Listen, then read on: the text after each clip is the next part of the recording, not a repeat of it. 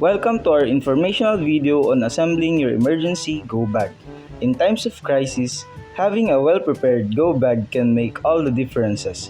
Whether it's a natural disaster, evacuation, or any emergency situation, having essential supplies ready to go can help keep you safe and comfortable. In this video, we'll walk you through the step-by-step process of assembling your own emergency go bag. First, choose a sturdy waterproof backpack or duffel bag that is easy to carry and large enough to hold all your supplies. Gather important documents such as identification, insurance papers, medical records, and emergency contact information. Place them in a waterproof sealable bag or folder.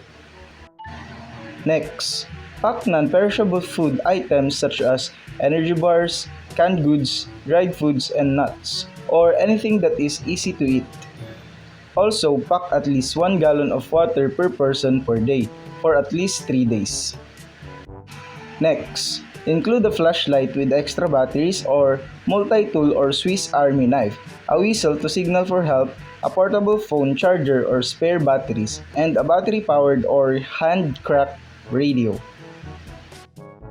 Next, carry some cash for emergency purchases.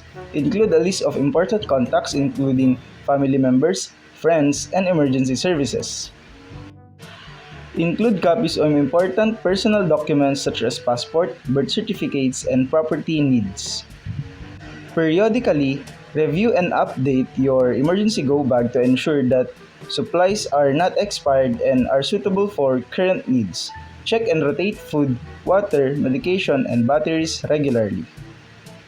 Remember to keep your bag in a readily accessible location such as near your door or in your car trunk so you can grab it quickly in case of an emergency. By being prepared and having essential supplies on hand, you can help ensure your safety and well-being in any situation. Stay safe. Thank you for watching.